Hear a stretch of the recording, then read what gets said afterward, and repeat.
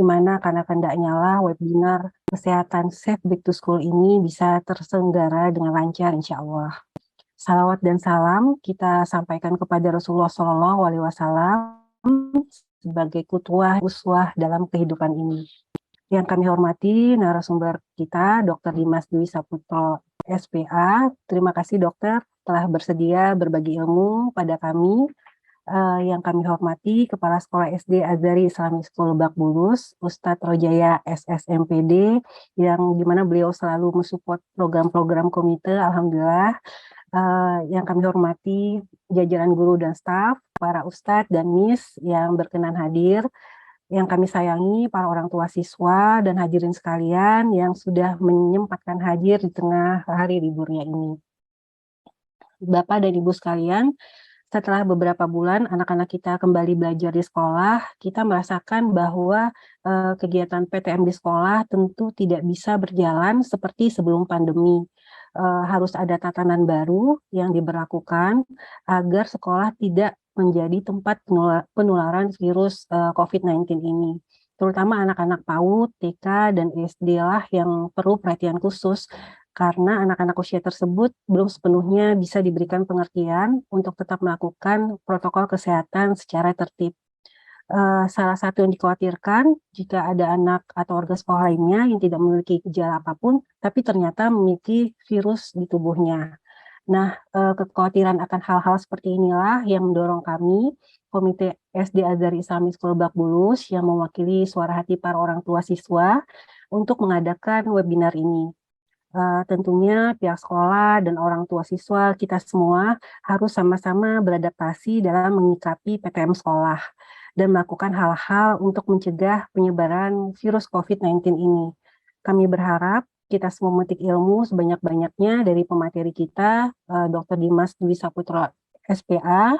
Insya Allah akan banyak dibahas terkait diagnosis dan pengobatan COVID-19 pada anak, serta kiat-kiat agar bisa aman belajar di sekolah.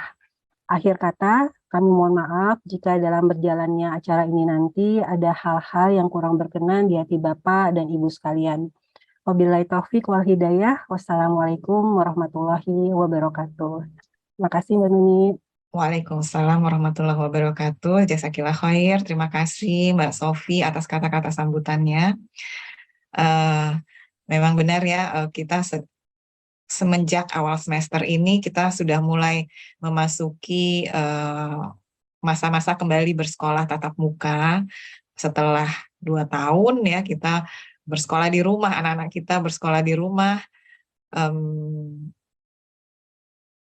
melalui ini ya media-media online gitu ya. Dan tentunya ada persiapan-persiapan khusus yang harus kita lakukan agar anak-anak senantiasa sehat meskipun kembali menjalani pertemuan tatap muka di sekolah. Baiklah, selanjutnya saya akan memperkenalkan narasumber yang sudah siap hadir di sini.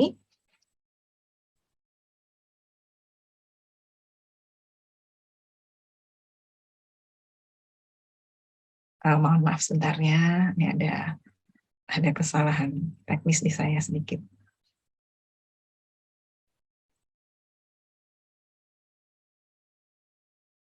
Baik, saya bacakan profil narasumber kita pada sore hari ini. Beliau adalah Dr. Dimas Dwi Saputro, spesialis anak. Selamat sore, Dokter. Assalamualaikum.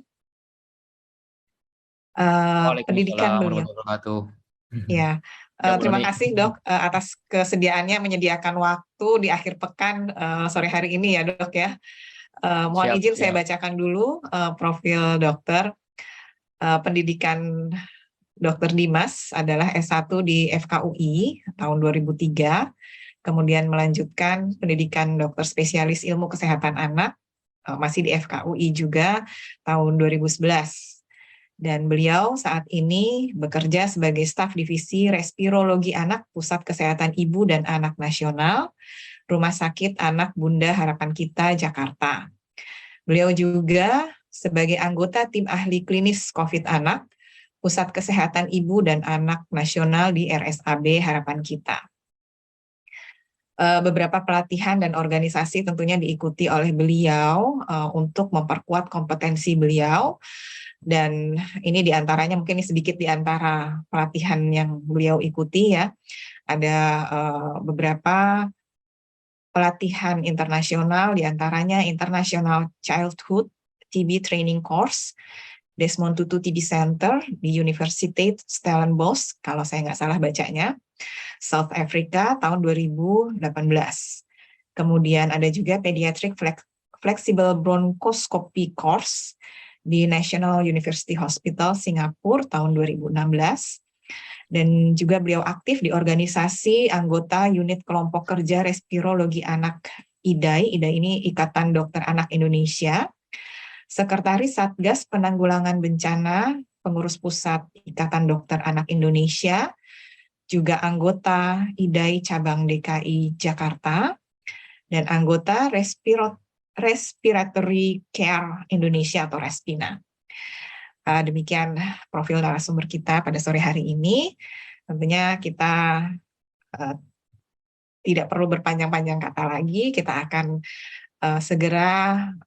saya akan mempersilahkan Dr. Dimas untuk menyampaikan paparan materinya. Malam-malam terang bulan, waktu yang asik untuk berkumpul. Sama-sama yuk kita dengarkan paparan asik mengenai Safe Back to School. Silakan Dr. Dimas. Baik, terima kasih Bu Nuni. Ya, salam kenal semuanya, ibu-ibu. Ada bapak juga di sini nggak, Bu?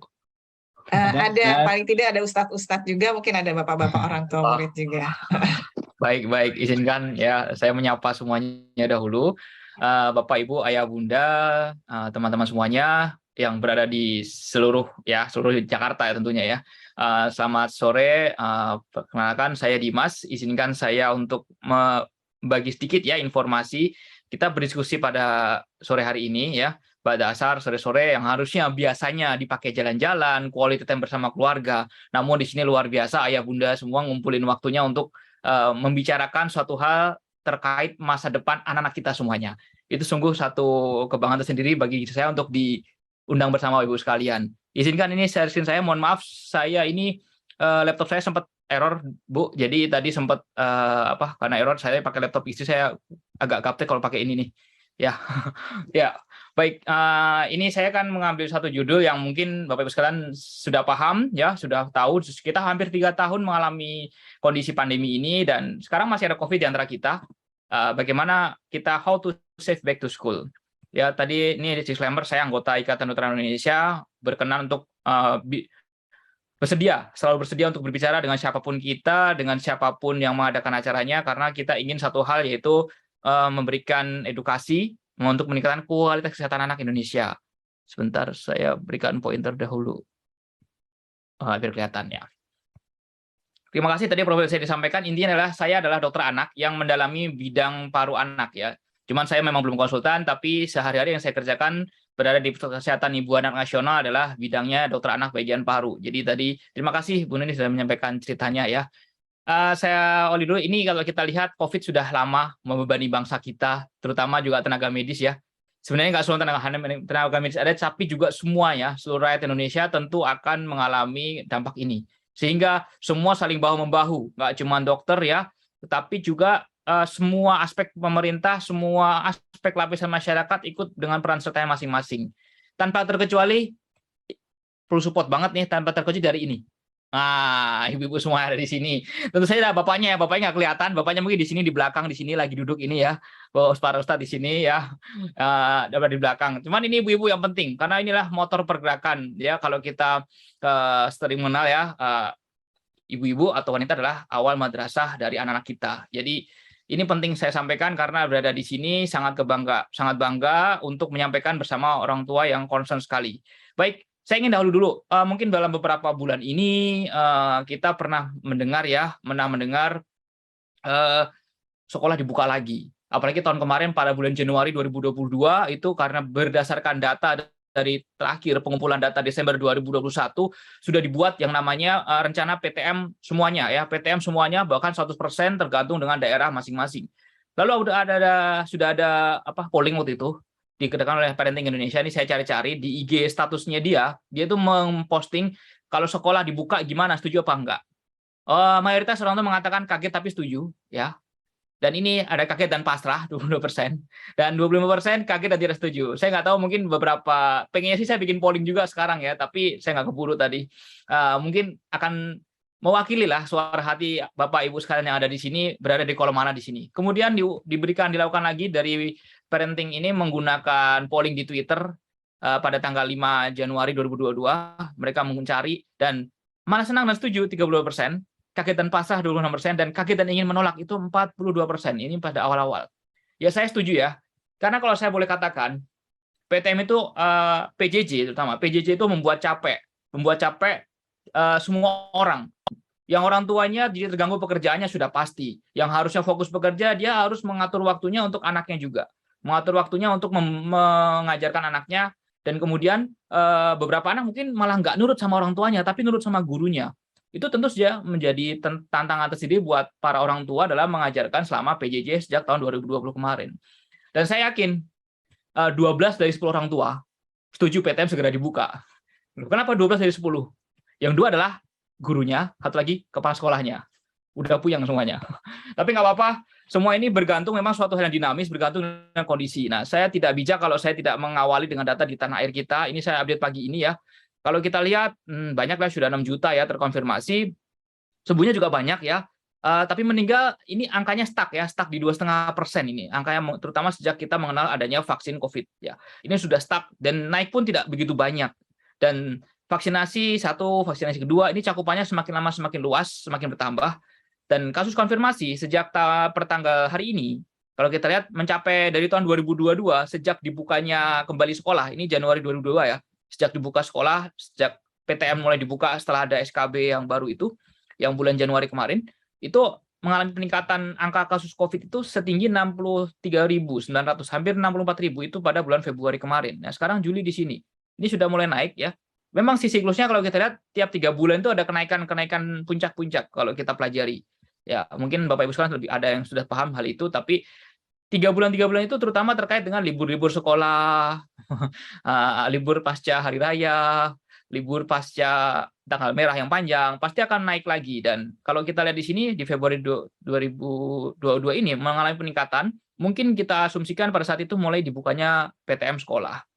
Ditambah lagi kalau mengenai lebaran bagaimana? Ternyata lebaran yang kita duga akan membuat semua peningkatan angka COVID ternyata malah landai di sini.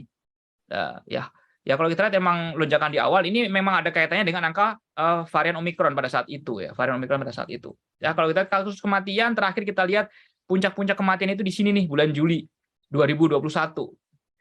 Karena waktu itu kita mengalami yang varian Delta yang luar biasa banyak meluluhlantakkan negara kita ya. Tapi kemudian kita lihat di sini mengalami kematian ketika Omikron juga tidak begitu banyak. Ya artinya ini sekarang udah mulai varian yang mutasi yang BA. Varian BA ini adalah varian yang baru ya, varian bukan dari varian Padang bukan ya, bukan BA dari Padang bukan, tapi varian BA. Memang penamaan nomenklaturnya seperti itu. Bagaimana dengan tingkat kesakitannya? Tingkat kesakitannya tidak jauh berbeda lagi perempuan, tapi saya mau menyampaikan di sini data yang anak-anak. Kita tahu anak-anak itu usia dari 0 sampai 18 tahun ya, 0 sampai 18 tahun. Kita lihat angka warna yang hijau ini, hijau kekuningan sama hijau tosca ini. Kita lihat angka positifnya sebentar 13,7% anak positif, dengan angka kematiannya 1,2%. Ini sedikit ya, kecil ya, memang kecil ya, memang stuck sejak kalau saya hitung-hitungkan sejak kita selesai badai Delta, ini tidak mengalami kenaikan yang bermakna lagi. Terutama Desember 2021 itu sudah sekitar 1% angka kematian kita. Memang kecil, tapi dibandingkan dengan Jepang yang hanya 0,02 sampai 0,03, tentu berbeda jauh ya. Baik, bagaimana dengan gejalanya? Gejalanya paling banyak kalau kita sering bertanya-tanya ya, ternyata masih didominasi oleh infeksi respiratorik akut, gejala dari IRA sebutannya. Kalau dulu kita sering menyebutnya ISPA ya, infeksi saluran pernapasan akut. Tapi mulai sekarang dokter anak sudah mulai menggaungkan istilah baru yang namanya adalah IRA, infeksi respiratorik akut. Ya, infeksi respiratorik akut pasti dahulu dengan demam atau riwayat demam ya, dan pilek dan pasti batuk. 3 ini aja dominasinya ya. Dan ketika kita lihat masing-masing varian memiliki karakteristiknya masing-masing. Kalau dulu kita mengenal Delta, hidungnya nggak bisa nyium, lidahnya nggak bisa ngerasa, atau anosmia, kalau lidah ageusia nggak bisa ngicipin. Tapi begitu ada varian Omikron, tidak seperti yang Delta itu, tidak dominan anosmianya, tapi justru malah radang tenggorokan, sakit menelan. Dan kemudian varian BA juga hampir sama, kira-kira begitu. Nah, bagaimana dengan anak-anak? Kita sering tahu ada komorbid hati-hati, ada komorbid hati-hati. Ternyata kalau anak-anak itu komorbidnya sama seperti dewasa ya. Jadi ini ada hipertensi juga sama, DM juga sama, penyakit jantung juga sama, penyakit paru juga sama, penyakit ginjal, penyakit gangguan imun, kanker juga sama. Loh, memang ada pada anak-anak penyakit ginjal? Ada. Penyakit hipertensi biasanya pada anak-anak dengan sakit ginjal. Sakit ginjal sudah dari bawaan misalnya. Diabetes mellitus ada, DM tipe 1 pada anak. Mungkin kalau kita lihat DM tipe 1 itu memang tidak bisa seperti orang dewasa yang pakai obat. Dia harus pakai insulin sepanjang masa. Penyakit jantung ada, penyakit jantung bawaan. Ya, kalau hamil nggak ada anak-anak ya, hamil. Nah, penyakit paru yang kronik ada seperti TBC, seperti asma, itu juga ada di anak tentu saja. Dan gangguan imun apalagi. Nah, kalau kita lihat bagaimana pandemi ini menghantam dunia ini ya. Tapi kalau kita lihat ternyata pandemi ini menghantam tapi ada masa hilang pasang surutnya. Nah, sudah berapa kali negara di dunia ini mengalami suatu hal yang sifatnya pandemi, lalu kemudian dia new normal, terus pandemi lagi, terus new normal lagi. Sudah berapa ronde itu. Jadi yang kita lihat di sini jadi tahun-tahunnya dari 430 sebelum Masehi ya, kita sudah bisa melihat apa saja yang sudah menghantam dunia ini sehingga negara kita sudah mulai beralih ya. Terakhir kita lihat ada virus Zika 2015, kalau dulu SARS di tahun 2022 ya. Swine flu 2009 waktu tempo hari, cikungunya juga demikian. Sekarang kita 2020 kita ada COVID yang belum selesai sampai sekarang. Sering mendengar ya, apakah ini suatu endemik? Tapi kalau endemik itu sebenarnya beda dengan pandemik. Pandemik semua mengalami penyakitnya ya. Tapi kalau endemik di sini ada penyakitnya, tapi tidak semua daerah ada. Ya, tidak semua daerah ada, tidak semua negara ada. Dan Indonesia saat ini kita masih menganut pandemik ya, karena semua daerah, semua negara masih ada juga. Dan jika ada beberapa syarat yang membuat istilah dari pandemi jadi endemik.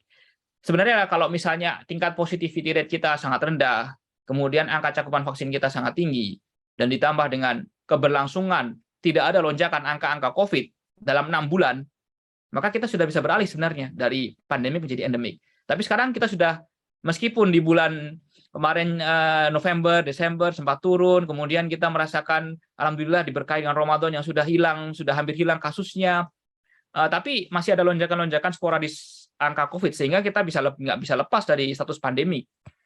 Nah, kemudian bagaimana dengan herd immunity? Herd immunity adalah sering mendengar ya orang tua ya, ayah bunda sering mendengar pasti ya. Anak saya nggak divaksin, tapi nggak apa-apa tuh kalau ini. Karena itu sudah tercakup oleh herd immunity oleh pasien-pasien yang lainnya, ya. Jadi pasien lainnya sudah kebal, sehingga dengan kebalan yang ada dia menutupi. Jadi kalau misalnya sudah divaksin, maka kuman itu tidak akan mendapat tempat untuk bisa bercokol.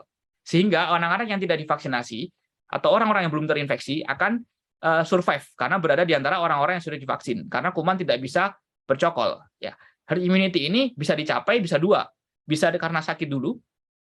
Seperti kita sudah terpapar cacar lalu sehingga nggak sakit lagi, atau dengan imunisasi atau vaksinasi. Jadi semakin banyaknya orang diimunisasi atau divaksinasi di sini ya, divaksinasi dengan lengkap di sini, dikatakan herd immunity itu semakin banyak pula orang-orang yang terlindungi ya, semakin banyak orang-orang yang terlindungi. Jadi kalau kita boleh katakan akan tercapai perlindungan optimal adalah jika sudah lebih dari 90% orang yang ada di masyarakat itu terimunisasi, maka dia sudah mengalami herd immunity ini. Ya, ini catatan dari Peduli Lindungi, kita baru mencapai 86% yang dosis pertama. Dosis kedua baru 72%.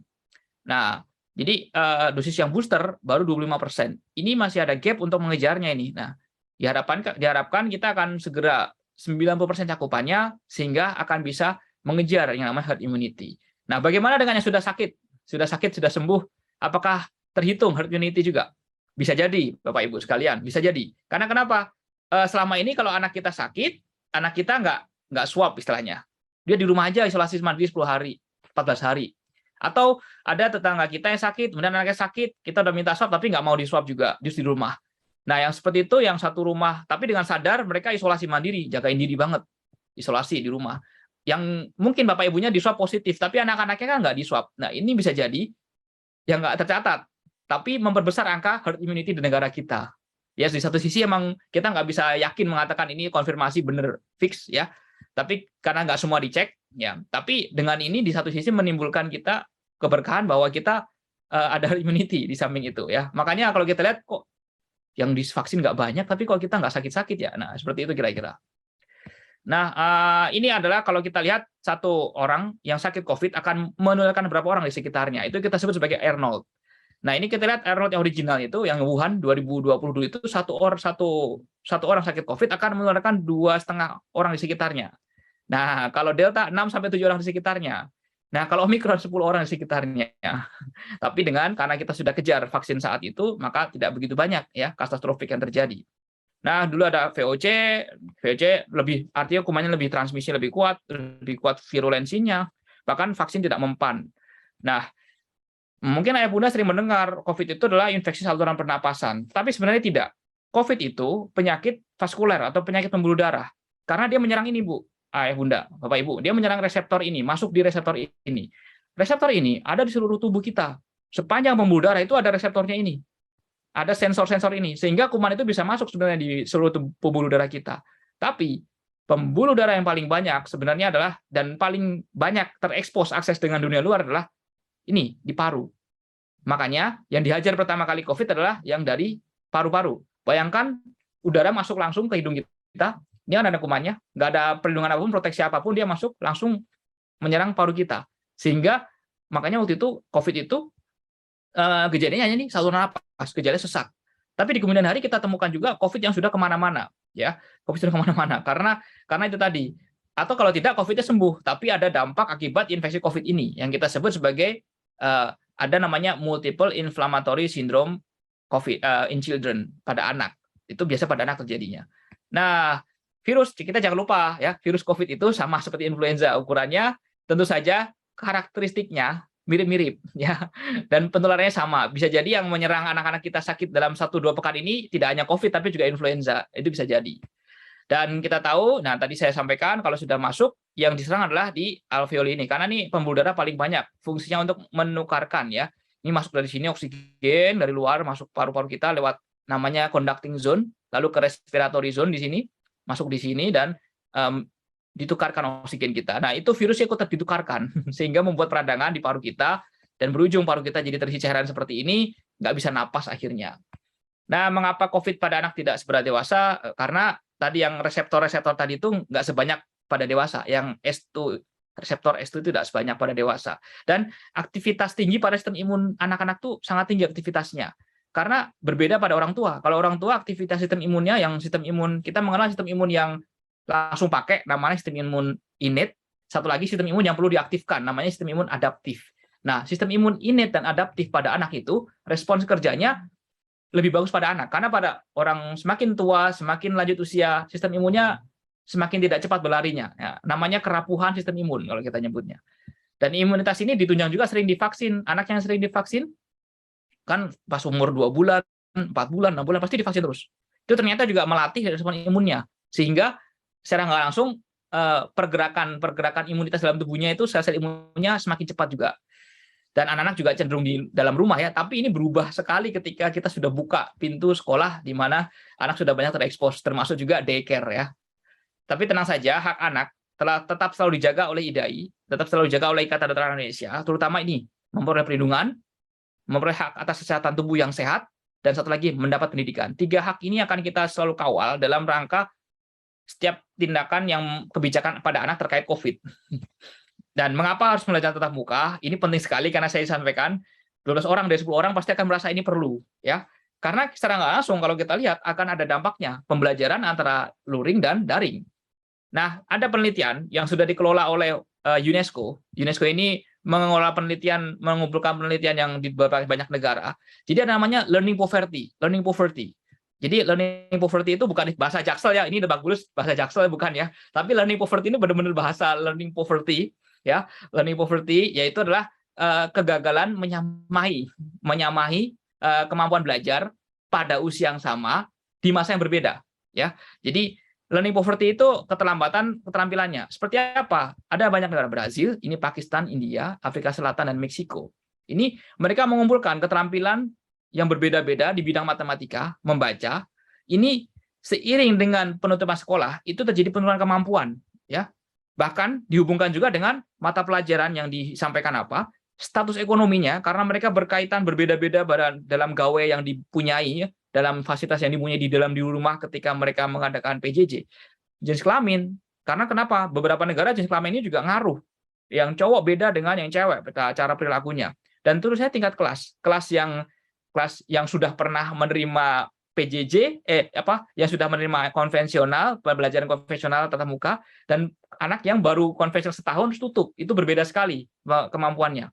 Jadi menunjukkan kalau kita lihat di sini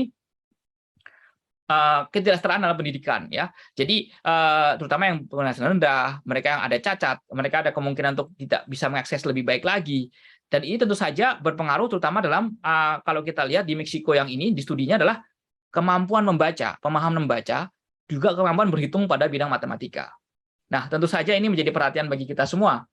Tentu saja ini yang menjadi perhatian mungkin waktu itu Bapak Kemendikbudristek kita memperjuangkan bahwa harus segera dibuka. Dikhawatirkan ada learning poverty ini. Karena kenapa? Kalau kita lihat di sini sensus kita, saat ini kita didominasi oleh Gen Z, ya. Gen Z mungkin ayah bunda anaknya masuk Gen Z, mungkin yang ayah bundanya masuk Gen Y, ya, kalau saya Gen Y. Nah, atau Gen Alpha, bahkan punya Gen Alpha. Dan kita punya bangsa besar, nanti kita akan menjadi kesempatan menjadi ini. Namanya bonus demografi. Di 2030 itu negara kita akan dihuni oleh 70% masyarakatnya berusia produktif 15 sampai 64 tahun. Kalau kita hitung-hitung 15 sampai 64 tahun, bisa jadi anak-anak kita yang akan mengisi yang tengah ini saat ini berada di titik itu. Jadi anak-anak kita mungkin akan berada di sini nantinya. Kita akan berada di sini. Nah, dalam rangka menyongsong yang ini, karena yang sehat adalah piramida seperti ini, kita ingin seperti ini ya, namanya bonus demografi. Maka kita harus benar-benar menjaga anak kita agar mendapatkan kualitas yang baik. Biar kita bisa recover together. Karena ini benar-benar dibahas di G20 kemarin ya. Karena kita pengen di Indonesia emas itu Indonesia bisa punya pendapatan per kapita setara dengan Singapura saat ini ya. Ya memang sih bonus demografi itu sudah diterima oleh Jepang, sudah diterima oleh Singapura, sudah diterima oleh Korea Selatan yang saat ini kita sudah melihat mereka betapa majunya.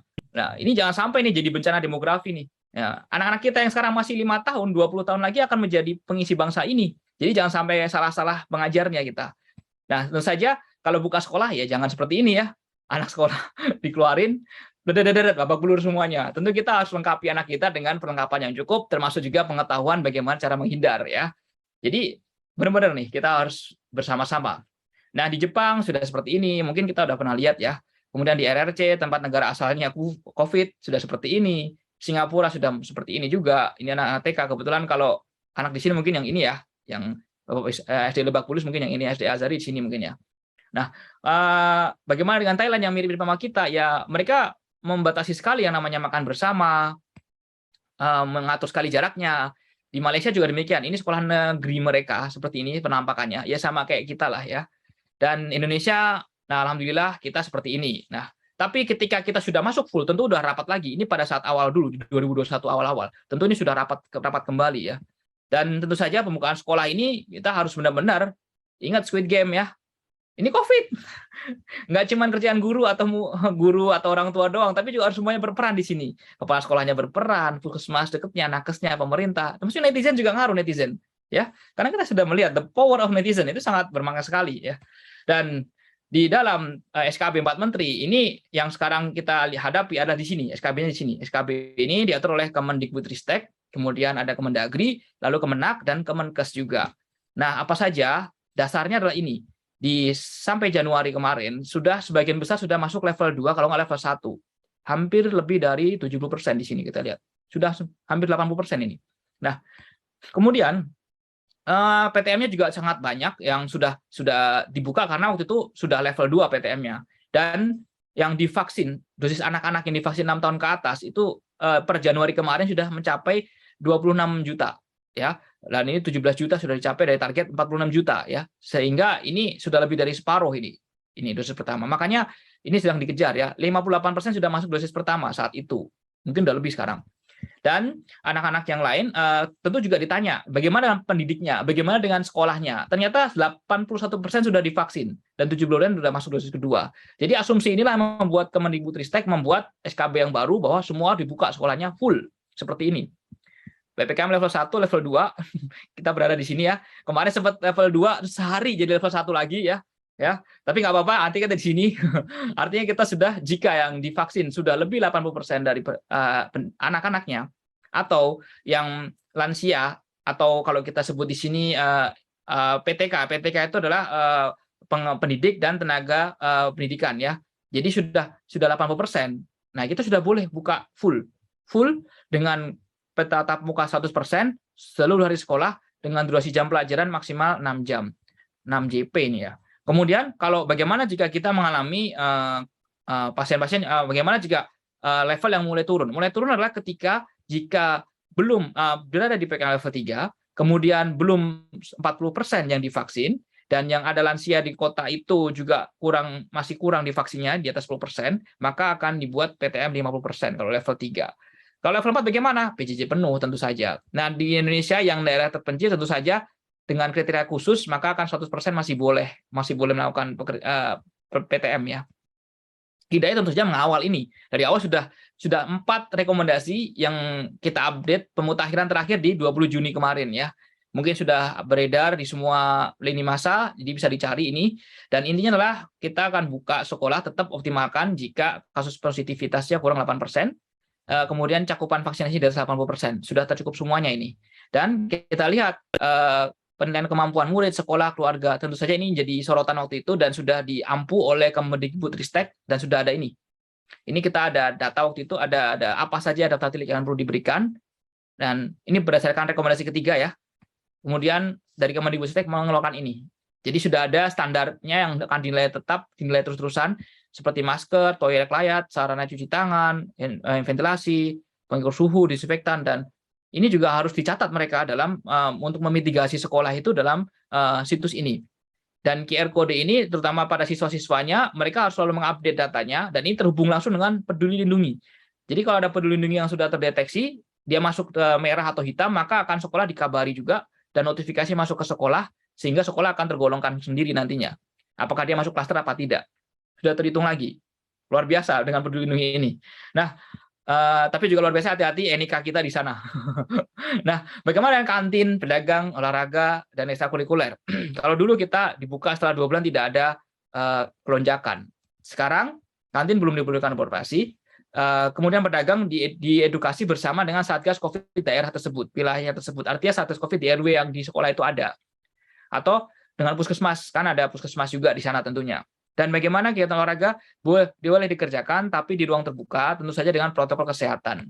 Nah, bagaimana jika kita perlu penghentian sementara? Penghentian sementara, kalau dulu seperti ini. Sekarang harus ada dahulu. Kalau ada klaster penularan, ada positivity rate-nya sebesar di atas 5%, artinya apa? Yang dites itu sama yang positif, itu angkanya lebih dari 5%. Ya, jadi yang pembilangnya yang positif, penyebutnya yang dites itu lebih dari 5%.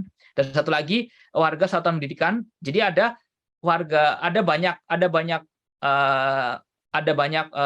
warga di sekolah tersebut yang masuk dalam notifikasi kasus hitam. Dalam hal ini adalah ini.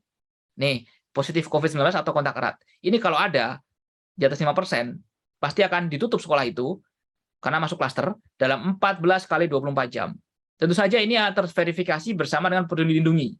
Nah, atau yang kedua, apabila dilakukan surveillance atau pencarian lebih detail lagi, sudah bukan klaster PTM.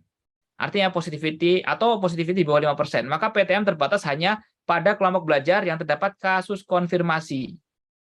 Jadi kelas yang ada kasus konfirmasi tersebut dan atau ada kontak erat. Dan tentu saja PTM terbatas ini hanya 5 kali 24 jam. Tentu saja kita harus pahami dahulu apa itu klaster, apa itu kontak erat. Klaster adalah sekumpulan, kalau ini dari buku COVID ya, dari buku manajemen pengobatan COVID yang punyanya 5 organisasi profesi kedokteran. Jadi adalah sekumpulan individu bergejala yang memenuhi kriteria klinis untuk COVID, dilihat dari aspek waktu, tempat, dan paparan yang sama. Kira-kira seperti ini. Ini adalah sekumpulan individu bergejala. Misalnya di kelas 3 orang, ada kriteria suspek, dalam satu aspek yang sama, arti satu lingkup inkubasi, kita sebut dalam 14 hari, waktu yang sama, hampir bersamaan dalam 14 hari kurunnya, tempat yang sama, kelas yang sama, dan paparannya sama, jelas paparannya, dia jelas kontaknya. Nah, dengan syarat yang terpapar ini atau yang semua ini, kita harus periksa. Akan ada minimal 1 orang terkonfirmasi PCR atau minimal 2 orang terkonfirmasi dengan antigen. Nah, masalahnya kapan kita PCR, kapan kita antigen. Nah, dan orang tua, nggak semua orang tua mau ini nih. Karena untuk mengatakan klaster COVID pasti harus ini. Dan ini kalau sudah tertulis, akan masuk di zona apa dia, apakah merah, kuning, hijau, atau hitam, ini akan langsung terkonfirmasi di sekolah nantinya, karena lewat aplikasi Peduli Lindungi. Nah, masalahnya, tidak semua orang tua mau memeriksakan ini kalau ada kriteria suspek. Nah, bagaimana dengan kontak erat? Kontak erat adalah orang yang memiliki riwayat kontak erat dengan kasus probable atau konfirmasi COVID. Kontaknya seperti ini, tatap muka, sentuhan fisik, salaman, pegang tangan, memberikan kerawatan, istilahnya nolongin bawa ke UKS, lalu sakit, ya. Kan teman kita, anak-anak kita suka baik ya, solider, teman kita lagi sakit, kita bantuin, dibopong, ya. Tanpa APD standar, maskernya copot-copotan, morot-morot maskernya. Nah, ini dengan kasus yang terduga COVID, atau malah kasus konfirmasi, dalam rentang waktu 15 menit atau lebih, dan jaraknya kurang dari 1 meter. Ini kalau seperti ini masuk, artinya masuk COVID. Jadi harus kita benar-benar pikirkan ini kontak erat. Nah, tentu saja ini benar-benar kita pikirkan betul-betul karena APD terutama ya. Syaratnya adalah kontak erat adalah kalau APD-nya nggak benar, maskernya nggak benar. Tapi kalau maskernya rapat, APD-nya betul, insya Allah akan mengurangi risiko kita sebagai kontak erat. Nah, bagaimana kriteria klinisnya? Dokter akan mencari seperti ini nih. Karena kalau batuk pilek saat ini, pasti kayak gini, Bapak-Ibu sekalian. Ini batuk pilek datang ke dokter anak nih. Kayak gini ibaratnya. Ini COVID, influenza, apa virus yang biasa emang nongol waktu musim hujan. Nah, pasti begitu. Bingung kita. Makanya kadang kita pakai panduan dari Kementerian Kesehatan yang bukunya ini. Udah diupdate terus ya, sampai akhirnya kita punya yang ini. Ini yang sudah diupdate sampai 4 kali ini. Ini edisi gambar masih edisi ketiga. Sekarang udah edisi keempat. Nah, ada suspek di sana. Suspek itu ini nih. Punya kriteria klinis dan kriteria epidemiologis. Ini apa ini? Nanti saya buka. Yang jelas adalah ini ISPA berat. ISPA berat atau kita sebut IRA berat ya. Dan ini sampai perlu dirawat. Nih. Nggak mungkin anak IRA aja nggak dirawat tuh nggak mungkin. Tapi kalau sampai dirawat artinya ada sesuatu di sini. Dan satu lagi nggak ada gejala, nggak memenuhi kriteria. Tapi pas dicek antigen positif dia. Kebetulan orang tuanya parno dicek antigen positif, maka masuk suspek. Karena kalau seperti ini, kriterianya harus ini dulu, masuk kriteria klinis dulu. Ada demam atau riwayat demam, mungkin kita boleh nanyakan, ada demam nggak? Sekarang nggak ada. Tapi kalau kita telusuri, ternyata demam itu harus kita pretelin sampai 14 hari sebelumnya. Jangan-jangan sekarang nggak ada, tapi 10 hari yang lalu ada demam. Nah, bisa jadi yang sekarang batuk ini ada hubungannya sama yang dulu sakit itu. Nah, makanya kita tanya, demam sekarang, atau ada riwayat demam dalam 14 hari ini, dan ada batuk. Kalau ada seperti ini sudah masuk suspek. Atau ada 3 atau lebih gejala ini, demam, batuk, lelah-lelah ya, badannya sakit-sakitan, sakit kepala, sakit otot, ya, sakit tenggorokan, atau pilek, sesak napas, nggak mau makan, mual muntah, diare, atau sampai kurang sadar. Kalau ada seperti ini 3 atau lebih, kita harus mencari ini masuk kriteria klinis. Jadi ayah bunda, bapak ibu sekalian, kalau sampai ada anak kita seperti ini, ya kita harus janjian, harus mau di swab untuk melaporkan di sekolah kita tentunya. Dan kalau kriteria epidemi itu saja ya, ada pernah kontak, karena kita udah jalan-jalan nih orang tuanya nih. Orang tua pada healing kemana-mana. Dan hati-hati kalau jadi kontak erat, kita harus melaporkan betul-betul karena bisa jadi nular ke anak-anak kita. Dan ini akan masuk nih di suspek atau jadi probable atau jadi konfirmasi malahan nantinya. Dan tentu saja kontak erat jadi klaster COVID. Ini hati-hati, karena udah klaster COVID masuk kriteria. Kita harus ditutup sekolah kita nantinya. Ditesnya kapan? Ditesnya ini suka ditanyakan orang tua juga nih. Kita lihat di sini. Jangan cepat-cepat ya, begitu terpapar teman yang COVID positif, dapat kabar nih, misalnya nih, hari Minggu sore nih, wah ada 1 yang positif nih di ruangan, padahal anak gue kemarin ketemu nih, hari Sabtu kemarin baru jalan-jalan. Jangan langsung dicek dulu. Kita perlu tuh namanya viral load, biar viral load-nya naik dulu gitu, viral load-nya naik dulu. Biasanya kita kasih jarak dulu. Saat di atas, kalau mau PCR lebih cepat bisa, di atas 1 hari bolehlah PCR. Tapi kalau mau antigen, saran saya di atas 2 kali 24 jam. Karena memang masa inkubasi COVID ini 2 hari sampai 14 hari. Tapi untuk efektivitas antigen itu emang kalau antigen harus lebih rapat. Jadi rapid test antigen di sini hanya hari kedua sampai hari kelima aja. Kalau PCR bisa sampai hari ke-14 nih, hari ke-1 sampai 14 bisa muncul dia. Makanya kita harus benar-benar mana pilih yang mana yang bijak. Ya kalau sudah seminggu sakit kita tes antigen, ya pasti negatif lah. Jadi kalau misalnya kita PCR, artinya kita boleh lebih awal atau lebih akhir harus PCR. Misalnya anaknya batuk mulu, mau yakinin sekolah nih, boleh masuk apa enggak? Kita PCR boleh.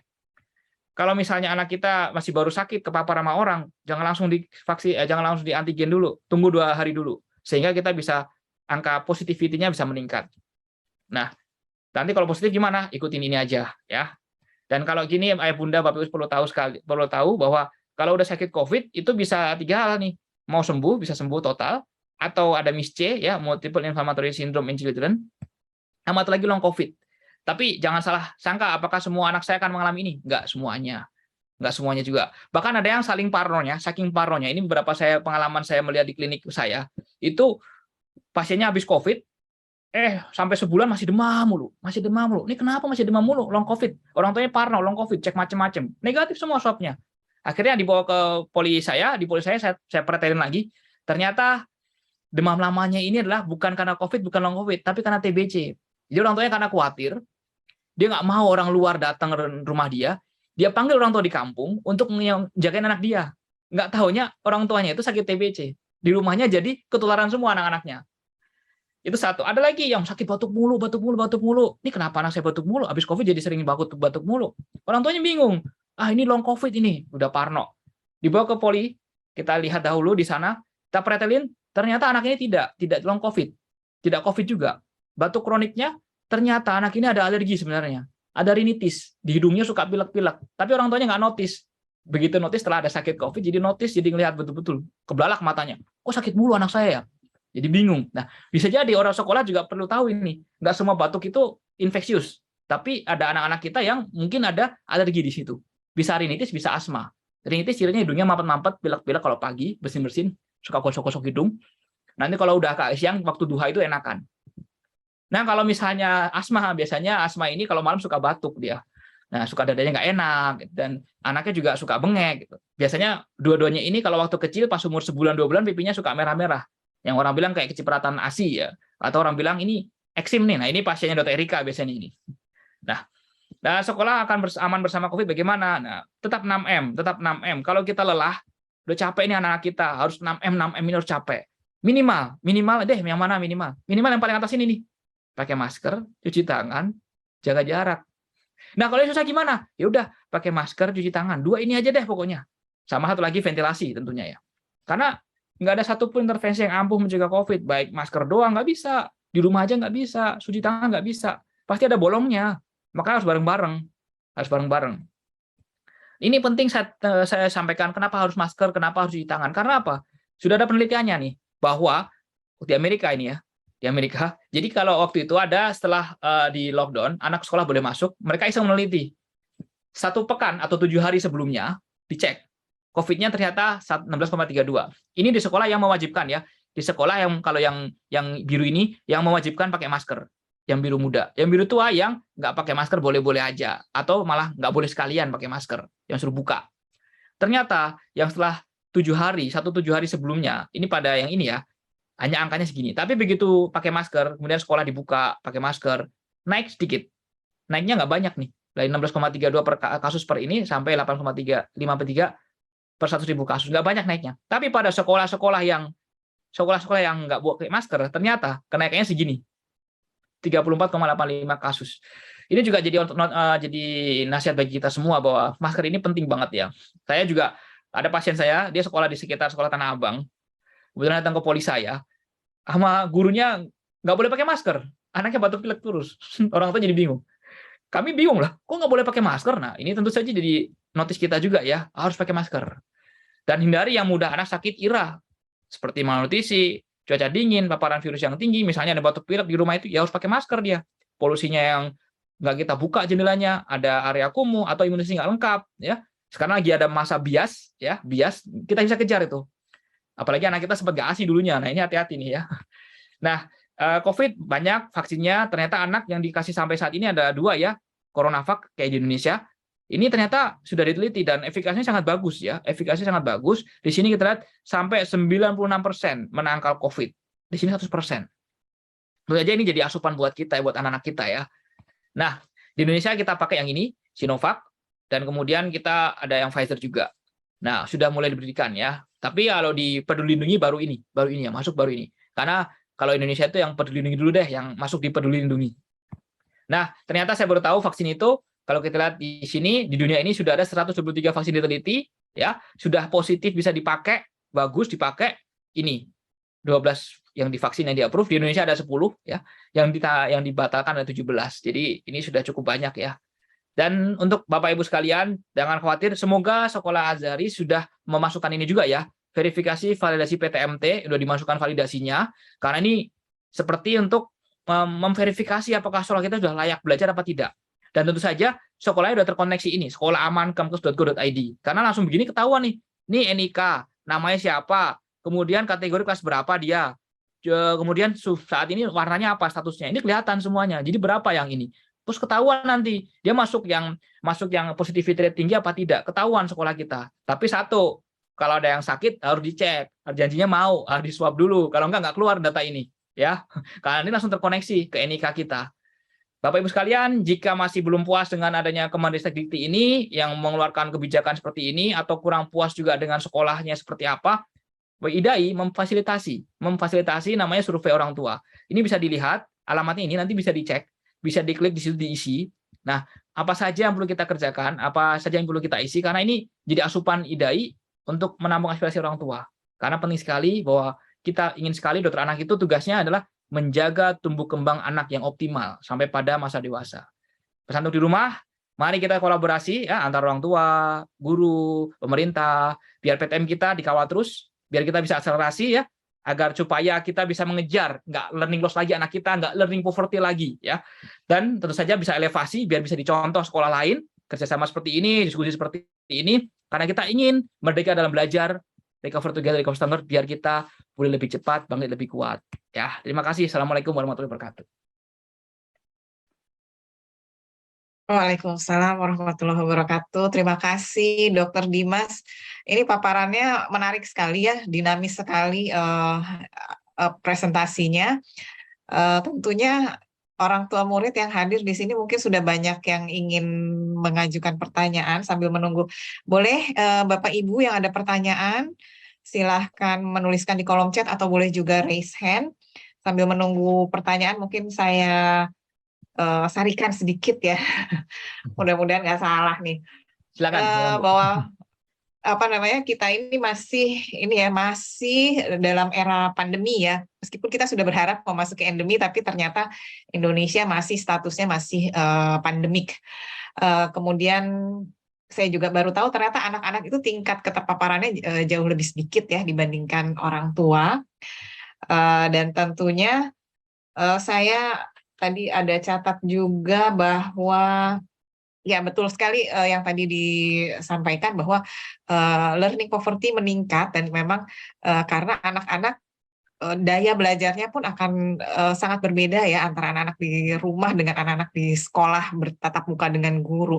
Kalau sama orang tua tuh memang anak-anak lebih ngeyel gitu ya, dan orang tuanya juga kadang-kadang tingkat kesabarannya kurang, nggak sesabar guru-guru di sekolah gitu ya menghadapi satu anak. Guru di sekolah menghadapi 20 sampai 30 anak bisa lebih sabar daripada orang tua di rumah menghadapi 1, 2 sampai mungkin ada yang 4, ada yang 5 gitu ya. Tapi itu tentunya sangat berpengaruh pada pembelajaran anak di rumah dan penerimaan materi anak-anak di rumah ya. Baik, ini ada, saya lihat di kolom chat belum ada yang mengajukan pertanyaan. Kemudian tadi juga disebutkan oleh Dr. Dimas bahwa ada beberapa kriteria yang perlu dipahami mengenai kriteria klinis dari COVID tadi ya. Apakah anak itu mengalami ISPA berat, adakah gejala atau tidak gitu ya. Kemudian nah ini sudah ada beberapa pertanyaan. Boleh ya dokter saya bacakan pertanyaan dari chat. Yang pertama dari Mbak Dina.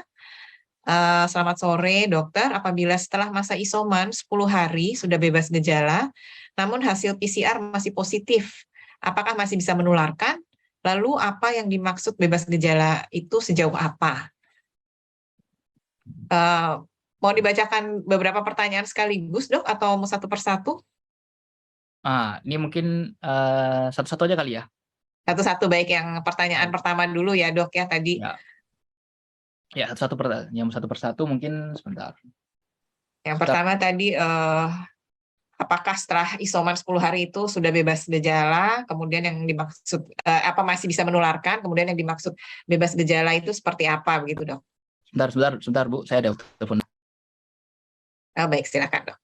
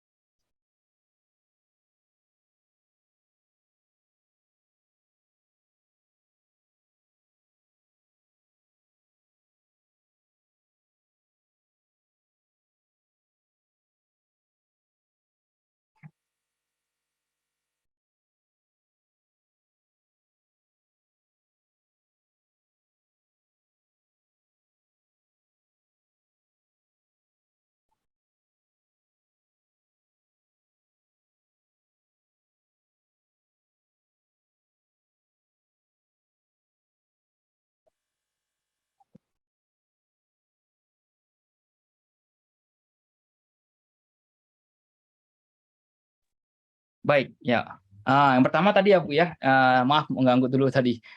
Jadi yang langsung saya boleh jawab, Bu Nuni. Iya. Yang pertama silahkan dijawab. Ya, jadi Mbak Dina ya. Dokter. Jadi kalau misalnya sudah isoman 10 hari bebas gejala masih positif, yang pertama kita kerjakan adalah lihat dahulu gejalanya. Gejalanya apa saja? Tadi gejalanya sudah saya sampaikan di graf tadi ya, di infografis yang tadi ada namanya gejala-gejala COVID itu apa saja ya. Gejala klinis ya, demam, riwayat demam, kemudian batuk, pilek, ada banyak di situ. Nanti bisa dilihat lagi. Jika gejala itu sudah hilang ya, minimal 3 kali 24 jam, itu kita memang sudah mengatakan itu sudah sembuh ya. Jadi 10 hari sudah isoman, terus kemudian dalam 10 hari isoman itu ternyata di swab ya, swabnya keluar positif, tapi dalam rentang 3 hari sebelumnya itu sudah tidak ada gejala, itu artinya sudah bisa kita katakan ini tidak menularkan lagi, nggak nularin lagi. Nah, tapi dengan catatan juga CT value-nya di atas angka 35. Ya, kalau CT value di atas 35 terus nggak ada gejala, nah itu sudah bisa kita katakan sudah sembuh walaupun belum 14 hari. Tapi kalau belum 14 hari kemudian kita sudah 14 hari kita swab ternyata dia CT value-nya 35 juga, 20 lah misalnya, 20, tapi nggak ada gejala, nah itu kita sudah katakan sembuh juga, tapi dia memang harus full pakai APD untuk mencegah potensi penularannya. Prinsipnya adalah PCR itu hanya untuk mengonfirmasi saja. Ini apa penyebabnya? Bukan untuk mengatakan ini masih sakit, masih tidak sakit. Tidak. Yang mengatakan masih sakit, tidak sakit adalah gejalanya. Terus kita cari traceback, apa yang bikin anak ini sakit? Kita swab, kita PCR, keluar virus COVID. SARS-CoV-2. Penyakitnya COVID. Nah, kalau sudah keluar SARS-CoV-2 positif, artinya yang menyebabkan gejala tadi timbul itu adalah virus ini. Jadi kalau virus itu kita tahu tipikalnya, dia pergerakannya paling pol hanya 14 hari. Lewat 14 hari dia tidak akan bikin masalah lagi. Nah, makanya dokter mengasumsikan bahwa kalau sudah 14 hari, semua sudah isolasi mandiri, nggak ada gejala, sudah aman. Jadi kita selalu filosofi dahulu. Jadi ingat, PCR itu hanya untuk mengonfirmasi, bukan untuk mengotak-ngotakan ini positif atau negatif, sakit atau tidak sakit. Sekali lagi, kayak kita, ibaratnya PCR itu kayak kita pakai Google Map. Saya mau ke sekolah Islamic Azhari School, saya nggak tahu, saya pakai Google Map. Saya tunjukin, oh di sini. Kalau udah tahu, oh jalannya ke situ. Belum nyampe kan kita udah tutup aplikasinya. Kayak gitu kira-kira. Kayak gitu kita menggunakan PCR seperti itu, PCR itu hasilnya. Oh, udah tahu kita. Ya udah positif dan negatif, udah bisa sekolah lagi, tidak masalah. Ya. Jadi semoga bisa diterima ya. Jadi bebas gejala seperti itu. Kemudian langsung jawab juga nih Bu Nuni. Boleh, silakan Dok, pertanyaan berikutnya. Kalau ada keluarga yang isoman tapi PCR anaknya negatif, itu apakah anaknya aman ke sekolah atau harus ikut isoman dengan keluarganya? Baik, ini Bu Aprilia ya, Bu Aprilia. Jadi paling banyak seperti ini Bu ya. Mungkin bisa dua hal nih PCR-nya nih. Yang pertama terlalu cepat, nah ya. Yang kedua emang negatif karena mungkin anaknya sekolah seharian, dia nggak pernah ketemu di rumah. Orang tuanya juga ketemu sekali-sekali doang gitu, dan sekalipun langsung orang tua Jakarta kan pulangnya malam, berangkatnya subuh. Nah, kayak gitu bisa jadi kontaknya juga kurang. Nah, tentu saja ini bisa jadi kita bisa dua hal, emang negatif atau kita sebut sebagai subklinis. Anaknya sebenarnya positif, tapi belum mencapai masa itu. Nah, biasanya kita kalau kondisi seperti ini, kontak, kemudian kita PCR semua atau antigen semua, ternyata masih ada yang negatif. Yang seperti ini, yang negatif ini kita harus pantau gejalanya dalam 3 kali 24 jam. Kalau 3 kali 24 jam ternyata bergejala demam, batuk pilek, maka dia harus diulang baik antigen maupun PCR-nya. Ya, kalau antigen ingat dengan terlalu cepat, kalau terlalu cepat pasti akan negatif. Kalau kelamaan memang pasti jadi negatif. Makanya kita melihat dari awal timbul gejala, kalau sudah timbul gejala, kita harus tunggu dulu 2 kali 24 jam baru kita PCR. Jadi tadi kalau seperti ini posisinya anaknya negatif, yang kita kerjakan tunggu 3 kali 24 jam. Kalau di swab lagi ternyata negatif, ya udah emang negatif anak itu. Tapi kalau di swab lagi ternyata positif, ternyata kita harus mengubah bahwa anak ini sudah masuk dalam klaster keluarga tersebut. Jadi begitu. Aman tidak sekolah? Ya tentu saja tidak aman. Jadi menambah risiko sekolah kita untuk ditutup nantinya. Ya. Kemudian. Jadi amannya ikut isoman dengan orang tuanya gitu ya Dok ya? Ya baik. Amannya ikut isoman dengan orang tuanya, amannya ikut isoman orang tuanya, dan kita harus ulang lagi status anak ini ya 3 kali 24 jam setelah positif orang tuanya ini. Oke, baik Dok. Saya rasa cukup jelas ya. Kemudian pertanyaan berikutnya, gejala anak yang mengalami MIS-C tadi ya Dok. Saya nggak ingat singkatannya tadi. Baik. Saya agak lemot ini Dok. Nggak apa-apa. Saya share dulu ya Bu ya. Ini ada. Baik, silakan Dok. Kebetulan saya sengaja nggak masukin tadi karena takut terlalu medis. Jadi kan ini harus benar-benar paham secara ini dulu, secara patternnya dulu. Tapi ada nanya kan nggak apa-apa. Ini biar tahu juga. Ini kira-kira begini nih. Jadi kalau kita mengatakan MIS-C itu multiple inflammatory syndrome in children. Kalau dewasa ada namanya MIS-A. Ininya di adult. Ya apa itu?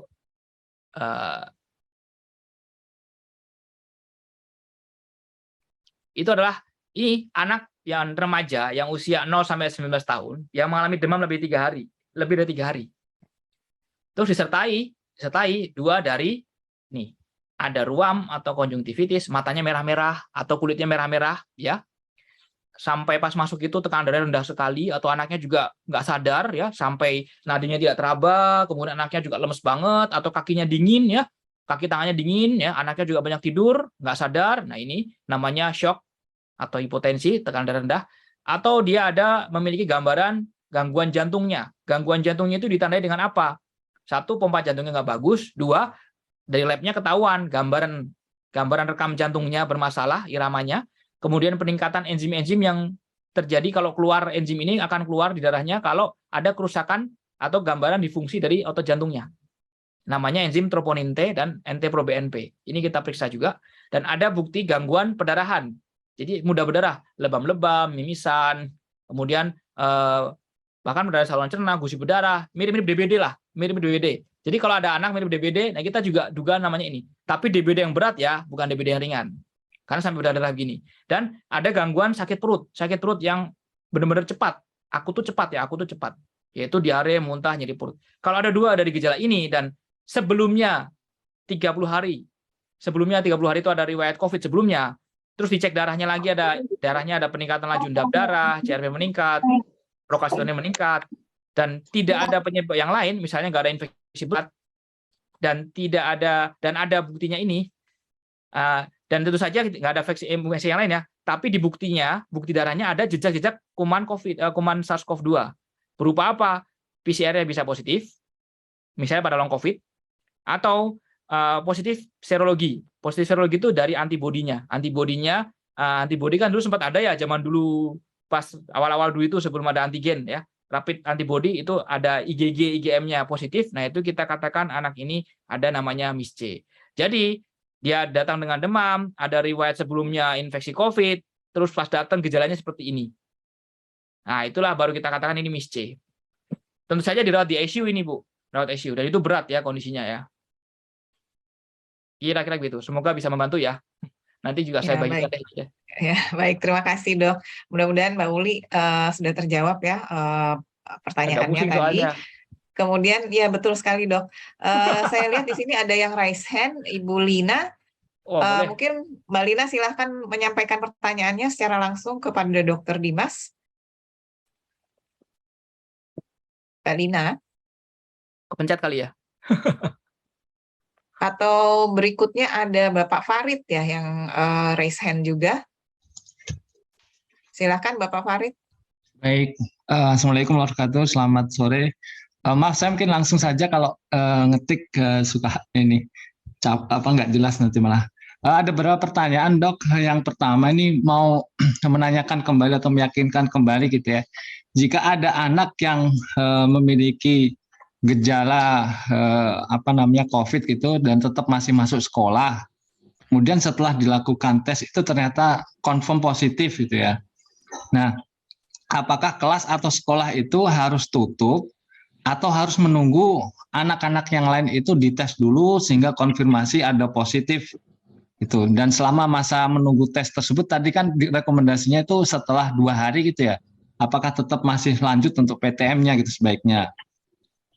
Kemudian yang kedua, misalnya gini ya, jika ada sekolah itu yang ternyata ada case positifnya itu bergantian gitu, kelas 1, kelas A, kelas B, kelas C, kelas D gitu ya, akan ada banyak kelas itu.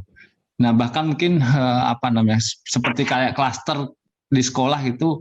Nah, apakah memang ada yang perlu dievaluasi nih dengan prokes di sekolah tersebut, atau memang saat ini memang normal seperti itu ya? Jadi karena penyebaran memang sedang tinggi gitu ya saat ini gitu ya. Nah, terus kemudian yang terakhir nih, Dok, jika di rumah atau di keluarga itu ada yang memiliki minimal tadi 3 gejala tadi yang disebutkan atau dijelaskan oleh dokter itu ya.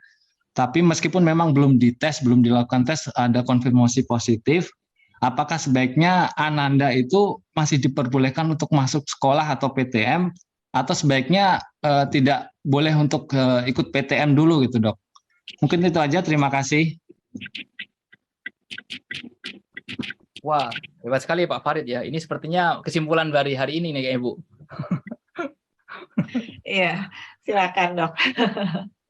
Baik.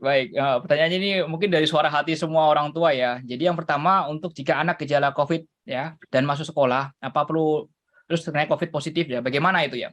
Jadi gini, kalau seorang anak sakit COVID positif atau misalnya kita ini masih gejala terus kemudian demam tinggi, ada batuk, ada pilek, kita sarankan tidak sekolah dahulu. Dengan catatan anak tadi harus sudah terkonfirmasi apa tidak dulu, dicek dahulu, kita buktikan dulu nih, batuk, pilek, demamnya ini apakah karena COVID apa bukan. Ya, kalau sampai terbukti tidak, saran kami sudah bisa sekolah dia. Kalaupun sekolah, dia harus dalam pengawasan, dalam tanda kutip pengawasan ketat untuk APD-nya ya. APD-nya harus kita lihat, termasuk kalau udah pakai masker, kalau batuk juga masih gini, harus gini ya, masuk gini. Biasanya kalau saya menerima pasien, saya selalu sampaikan begitu, nanti kalau batuk begini gitu. Karena mungkin dia sudah pernah dengar, tapi kita ingetin lagi. Bisa jadi kita orang di luarnya itu lebih didengarin daripada orang tuanya gitu ya. Nah, karena saya juga gitu anak saya. Kemudian berikutnya yang kita sampaikan lagi adalah jadi nggak sekolah dulu, sambil nunggu sekolah kita cek dulu, boleh pakai antigen, boleh pakai PCR, tapi dengan catatan kalau mau antigen adalah 2 kali 24 jam setelah gejala muncul. Kalau mau pakai PCR bisa 1 kali 24 jam setelah gejala muncul, boleh, udah pada umumnya pada positif. Kalau atau negatif valid hasilnya. Nah kemudian kalau sudah ada konfirmasi hasil kan cepat hasilnya. Sekarang nggak nunggu lama ya, langsung hari itu juga keluar hasil, langsung diinformasikan kepada wali kelas. Sehingga wali kelas akan melakukan mitigasi, kira-kira ini anak ini duduknya sama siapa saja. Dia bubble-nya siapa aja bubble-nya di sekolah. Sehingga next step-nya adalah melihat dari bubble anak-anak ini. Dia ketemu sama siapa aja. Makanya dulu waktu PTM awal-awal kan dibuat semacam sistem bubble ya. Ini anak harusnya duduknya sama ini aja gitu, dekat-dekat sini. Nah, dan kita setting seperti itu. Nah, karena tujuannya untuk ini, kalau sampai ada yang positif, mencari kontak eratnya lebih mudah lagi gitu. Kalau perlu ada sekolah ada CCTV, lebih bagus lagi misalnya di ruangan kelas itu. Kan kelihatan tuh, yang sama ini anak deketnya sama siapa saja gitu. Dengan ini kelihatan. Dan dengan cara seperti itu kita bisa melihat mana-mana anak-anak yang perlu kita prioritaskan karena sebagai kontak erat, jadi harus kita prioritaskan untuk dicek, atau mana anak-anak yang tidak perlu diperiksa. Nah, terus bagaimana? Kalau sudah seperti ini, kita bisa simpulkan nanti ini suatu COVID atau bukan. Kalau sudah positif COVID, tentu akan keluar laporan ke Peduli Lindungi. Nah, nanti akan terhubung tuh, terkoneksi ke aplikasi sekolah tadi, Sekolah Aman tadi. Nah, Sekolah Aman tadi akan melakukan penghitungan. Kalau tingkat positifnya di atas 5%, maka dalam satu waktu itu tentunya ya, satu waktu itu rentang 2 pekan ya. Misalnya rentang 2 pekan karena perilaku penyakit begitu. Jadi akan terindikasi bahwa ini ada klaster di situ. Makanya akan ada tindak lanjut. Kalau klaster definisinya, maka sekolah akan ditutup. Jadi dikatakan 10 kali 24 jam. Karena sudah di atas 5% tingkat positif yang ada di sekolah tersebut. Nah, ini juga berlanjut nih. Orang tuanya harus mau, janjiin dulu kita janjian dulu nih. Kalau anak kita batuk pilek, harus mau untuk dicek sebagai COVID atau bukan. Karena ini kepentingannya keamanan bersama, apakah dia tetap sekolah apa tidak. Kalau semua janjian dan sepakat, tentu saja program pemerintah tadi yang dibuat di Sekolah Aman tadi akan lancar jalannya nanti. Jadi begitu. PTM lanjut nggak PTM? PTM-nya ditutup dulu untuk anak yang sakit tersebut, atau anak yang kita duga sakit COVID juga. Jadi yang bergejala, kita suruh untuk istirahat di rumah dahulu, karena dikhawatirkan menambah jumlah anak yang sakit. Kemudian sekolah, jika ada case-nya positif bergantian, bagaimana ini? Apakah sekolah perlu diaudit sekali lagi? Sekali lagi, biasanya kalau sudah mencapai angka tingkat positif yang tinggi, sekolah akan mendapatkan notifikasi dari aplikasi tadi. Kalau Kemendikbudristek itu biasanya sudah mendaftarkan sekolahnya ya ke situs itu. Jadi akan ada notifikasinya. Termasuk juga kesiapan item-item kesiapan seperti prokes, fasilitas, itu juga tentu saja akan jadi perhatian. Mereka akan lihat lagi nih, kok sampai positif, kenapa lagi gitu. Dan jadi kalau sampai positif bergantian, itu memang betul Pak, dua macam ya. Memang betul dua macam ya. Bisa jadi penularan di sekolah atau penularan di masyarakat. Tapi sejauh ini, penelitian-penelitian yang kami lihat untuk melihat apakah tingkat positif ini ada di Amerika, di Australia, ini rata-rata mereka ini positifnya bukan dari sekolah, tapi dari rumah. Jadi di sekolah mungkin sudah tertata dengan baik dia, sudah prokesnya sudah bagus, lingkungan sudah baik, sudah benar terjaga. Tapi perilaku di rumahnya ini yang kurang terjaga. Ini yang nggak bisa variabel, yang nggak bisa diubah dengan serta-merta oleh Kemendikbudristek ya. Harus benar-benar diubah dari pendidikan di keluarganya. Bagaimana untuk penyebaran yang tinggi ini kenapa bisa terjadi di masyarakatnya. Dan satu lagi, yang kedua adalah penyebaran yang tinggi di dekat rumah dia, rumah anak yang sakit ini juga jadi perhatian kita. Di daerah mana anak itu tinggal? Kalau daerah anak itu tinggal lagi banyak, kemudian orang tuanya, keluarganya juga tidak begitu memperhatikan prokes di rumah, maka kita bisa menyimpulkan memang ada dari luar rumah, dari luar sekolah hal ini terjadi gitu. Jadi sangat bergantung benar dengan kondisi lingkungan sekitar. Nah, makanya idenya boleh buka sekolah kalau positivity di daerah itu kurang dari 8%, boleh dibuka gitu. Makanya penting dinamis banget. Dan di rumah jika ada gejala, boleh PTM atau tidak PTM dulu. Nah, ya kalau masih ada ya gejala, saran saya itu di rumah dahulu. Saran saya diizinkan sekolah dahulu, dibuktikan sampai ini anak benar sakit COVID atau tidak. Ya, kita bisa buktikan dengan antigen atau PCR. Itu saja. Sekali lagi, janji-janjian dulu, harus mau untuk diperiksa swab antigen atau PCR. Gitu Bapak. Semoga membantu ya. Baik, terima kasih Dok. Jadi memang kerjasama antara orang tua murid dan sekolah itu penting ya Dok ya. Jadi tidak hanya sekolah yang harus memberlakukan prokes dengan ketat, tapi juga orang tua harus bersedia memeriksakan anaknya gitu ya Dok ya. Dan juga harus terbuka apabila ada keluarga di rumah yang terpapar atau yang terkonfirmasi positif, keluarga harus melaporkan juga ke sekolah gitu ya, sehingga anak-anak dirumahkan dahulu sementara gitu ya Dok ya. Ya, betul. Kemudian ini karena waktunya sudah agak sore ini dok, saya tidak semua pertanyaan akan saya bacakan. Mungkin satu pertanyaan dari Mbak Lina, ini saya tertarik sekali, mungkin bisa dijawab oleh dokter. Apakah ada tata laksana ruang dan lingkungan, apakah tata laksana ruangan dan lingkungan sekolah yang harus disiapkan oleh sekolah dalam PTM 100% ini? Jadi persiapan sekolah seperti apa yang disyaratkan mungkin dari IDAI, kemudian alat-alat seperti air purifier, sinar UV, exhaust fan itu apakah efektif untuk mematikan virus atau tidak, dan mana yang sebaiknya perlu dimiliki oleh sekolah untuk mengurangi risiko penularan gitu dok. Silakan dok. Wah, ini menarik sekali nih Bu, ya penting sekali nih, ya pertanyaannya luar biasa ini. Kalau saya boleh katakan, ya sebenarnya penyakit COVID ini kan ditularkan lewat droplet. Memang betul, kita harus mengatur yang namanya manajemen lingkungan kita. Manajemen lingkungan kita ini sebenarnya di atas levelnya menggunakan masker. Ya, masker adalah belakangan karena dia proteksi individu. Tapi kalau manajemen lingkungan itu di atasnya lagi, secara global kita mengaturnya. Jadi yang dikerjakan apa? Yang pertama, tata lingkungannya adalah tata lingkungan ruangan. Ya, kita menganut perilaku virus ini. Perilaku virus kan menumpang di droplet. Droplet itu sudah diteliti. Kalau kita bicara, droplet itu bisa melayang-layang di udara sampai 1 jam. Ya, sampai 1 jam. Setelah itu dia akan jatuh. Nah, droplet itu adalah percik-percik bulir-bulir ludah yang berukuran di bawah 5 mikron. Jadi kalau di bawah 5 mikron, maka dia akan terhirup, terinhalasi, jadi airborne nantinya. Nah, untuk meminimalisir itu, kita bisa gunakan yang namanya tata alur ruangan.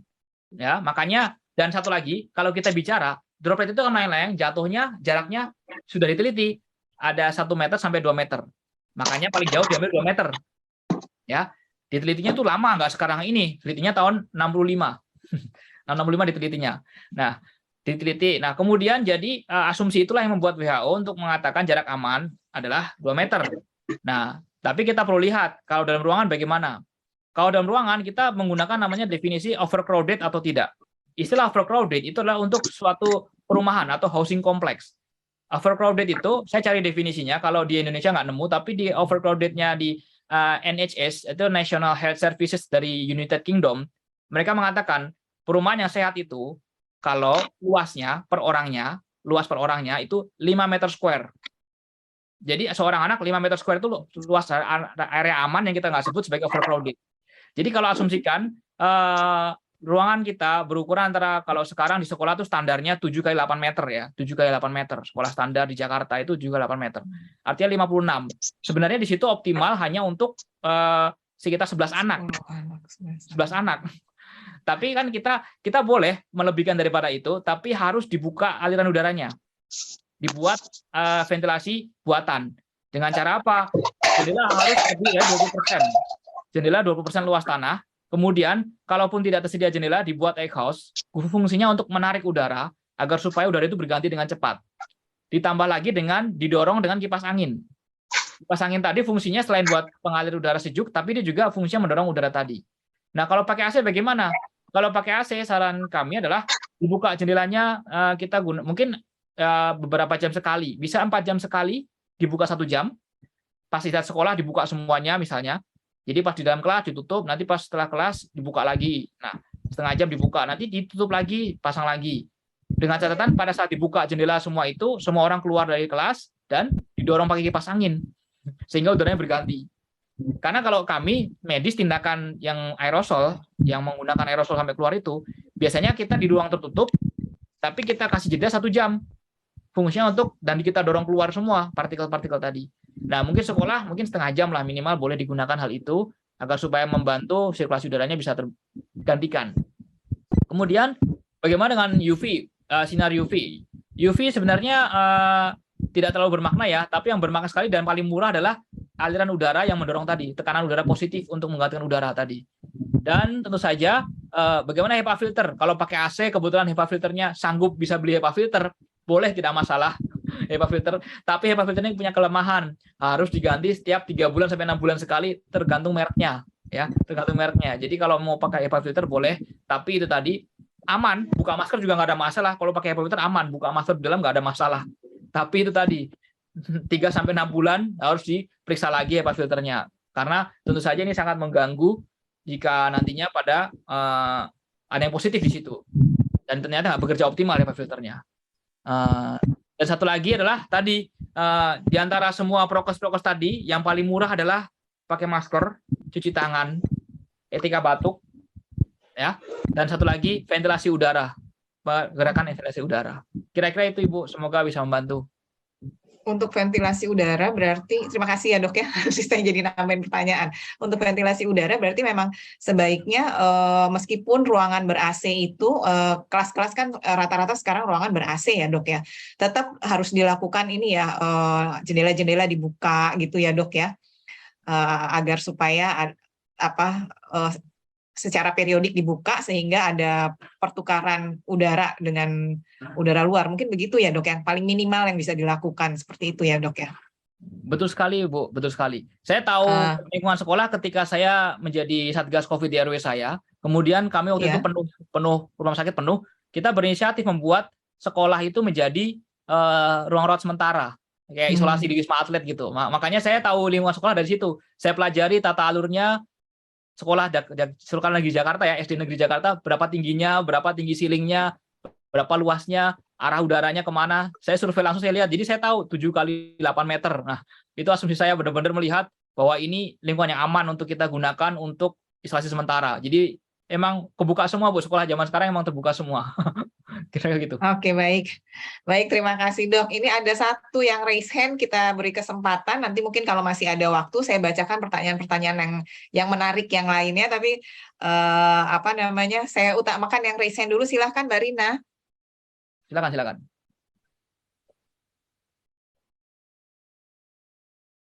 Ya, terima kasih Mbak Nuni. Assalamualaikum dok.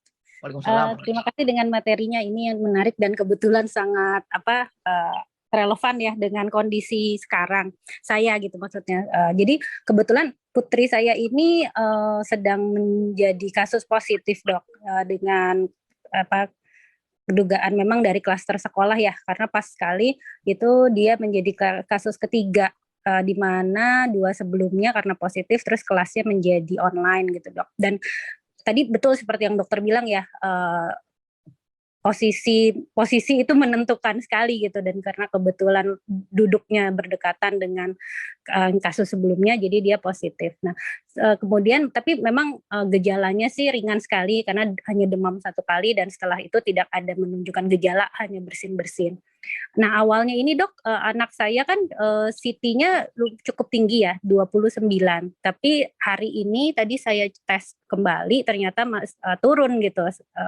Itu apakah normal? Pertama seperti itu. Nah, yang kedua, kan kebetulan ini ada saudaranya, sibling lah, adik gitu ya. Nah, karena waktu itu sulit sekali untuk dipisahkan, karena dia tidak mau dipisah gitu ya, ikut ayahnya untuk isolasi terpisah gitu.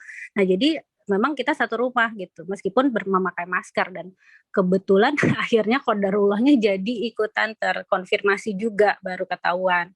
Tapi memang mungkin karena early detection jadinya masih di atas gitu, CT-nya masih agak tinggi. Nah, untuk posisi si adik nih dok ya, untuk yang dia kan sudah tidak masuk sekolah sebenarnya sejak konfirmasi kakaknya. Berarti apakah masa isomannya itu berarti menambah 10 hari ke depan lagi atau seperti apa? Itu mungkin boleh satu lagi terakhir dok. Nah, karena apakah menurut mungkin dari IDAI mungkin ada standar gitu ya dok ya, untuk masa pembelajaran di sekolah itu adakah batas waktu ibaratnya maksimal ya KBM, karena kan kebetulan sekolah kami ini cukup panjang, full day sampai dari pagi jam 7 sampai jam 3. Sangat menurut saya sih benar-benar sangat rentan sekali ya, untuk ini akan menjadi bolak-balik gitu, kasus positif ini terus-menerus terjadi karena interaksi di sekolahnya dengan teman-teman waktunya panjang gitu dok. Mungkin apakah ada rekomendasi gitu yang diberikan oleh IDAI kepada sekolah-sekolah, batas waktu sebenarnya berapa jam sih pembelajaran itu sebaiknya ya di masa yang sekarang nih yang masih belum kondusif lah, belum menjadi herd immunity yang inilah dok gitu. Karena saya lihat memang anak-anak jadi banyak sakit setelah masuk sekolah. Itu saja dok, terima kasih. Baik, ya turut mendoakan Bu ya, semoga segera negatif semuanya ya, keluhannya ya ini. Jadi kalau saya ini boleh sampaikan ya, jadi tadi pertama, city value 29, kemudian dicek kok jadi makin rendah city value-nya, artinya seolah-olah jumlah kumannya makin banyak. Ya ini bisa kemungkinan dua hal ya, bisa kemungkinan dua hal. Yang pertama mungkin diambilnya terlalu cepat, atau yang kedua pas yang kedua diambilnya sampelnya ngambilnya bagus banget. Mungkin beda lab, mungkin beda orang yang ngambil, mungkin yang ngambil lebih jago, jadi dia nggak cuk gitu aja, tapi dia benar mengambil dengan titik yang tepat sehingga kualitas sampelnya lebih bagus, makanya pencapaian jumlah virus yang dipanen lebih banyak. Nah, itu ada kaitannya juga, apalagi kalau misalnya beda-beda tempat untuk nge-swab-nya. Tapi sekali lagi saya sampaikan, penyakit ini tidak bergantung pada city value, tidak bergantung pada swab-swabnya juga, tidak. Tapi bergantung pada gejala. Saya sampaikan lagi, kenapa sampai di swab? Karena pengen tahu yang bikin anak batuk pilek ini apakah virus SARS-CoV-2 atau bukan. Karena kenapa? Ada 100 sampai 200 macam virus yang bikin anak batuk pilek. Nah, makanya perlu dibuktikan karena SARS-CoV-2 ini membuat luluh lantak negara kita harus ada namanya isolasi mandiri gitu, protokolnya susah protokolnya, makanya diperiksa swab. Nah, jadi hanya untuk membuat seperti itu saja untuk membatasi penularannya. Jadi sekali lagi, city value yang rendah ini belum tentu mengindikasikan ini lebih parah sakitnya ya, atau tapi city value rendah atau tinggi itu bergantung dari cara mengambil sampelnya. Ibarat kata kalau saya punya es cendol 1 gelas ya, terus kita pengen minum cendolnya, kita pakai ya es boba, kita pengen ngambil yang enak, maka kita ambil pakai sendok yang kecil ya, tertampung berapa itu kan berbeda ya kalau kita nyendok yang pertama dengan nyendok yang kedua. Jadi akan beda-beda. Padahal sebenarnya sakitnya sama ya, sama-sama es boba istilahnya. Nah, kemudian sibling yang tadi ya, ke adiknya bagaimana cara ngitung isomannya. Isoman itu dihitung adalah sejak 10 hari tanggal terpapar. Ini kalau kita bicara di buku panduan pelayanan COVID ya, itu isoman itu 10 sampai 14 hari setelah terkonfirmasi. Artinya sudah ada pemeriksaan. Bisa dari PCR atau yang kedua bisa dari yang namanya NAAT. NAAT itu seperti PCR tapi dia cepat banget hasilnya, setengah jam langsung muncul ya. Mereknya seperti ID Now itu 1 jam langsung muncul hasilnya. Itu bisa. Atau yang ketiga dengan antigen. Antigen juga bisa, tapi tentu saja ini harus ada gejala-gejalanya yang mendasarinya ya. Jadi 10 sampai 14 hari setelah terpapar itu kita bisa hitung dari hasil tanggal swab itu. Nah, kalau standar IDAI bagaimana? Nah, IDAI memang belum ada tanda harus jam pelajaran, nggak boleh lebih 6 jam gitu, nggak boleh. Tapi kalau kita merujuk dari SKB 4 Menteri tadi, kita lihat bersama di sana bahwa maksimal jam pelajaran adalah 6 jam pelajaran. Nah, bagaimana yang lebih-lebih seperti ini? Nah, tenang saja, Bapak Ibu sekalian bisa mengisi kuesioner yang disediakan oleh IDAI. Jadi IDAI menyediakan tadi alamatnya sudah ada, yang di belakang tadi. Slide-nya juga sudah saya share ke Dr. Erika, nanti akan disebarluaskan lagi. Nah, di situ ada yang bisa Bapak Ibu akses untuk form tersebut, dan nanti bisa diisi. Disampaikan di situ, diisi, karena itu mulai dirilis baru kemarin. Belum ada 2 pekan. 14 Agustus kemarin baru dirilis oleh IDAI. Jadi nanti bisa supaya orang tua yang galau dan pengen ada suatu aspirasi ditampung, kami siap dari IDAI menerima asupan tersebut, lalu kita buat seperti panduan rekomendasi agar supaya jadi masukan buat Kemendikbudristek untuk PTM ini. Kira-kira begitu, Ibu. Ya, semoga membantu jawab ya. Baik, terima kasih banyak Dr. Dimas. Sebenarnya masih ada beberapa pertanyaan lain, tapi karena waktu juga yang membatasi kita pada sore hari ini sudah menjelang maghrib, mungkin atau dokter masih bersedia menjawab satu pertanyaan mungkin? Boleh, tidak masalah ya.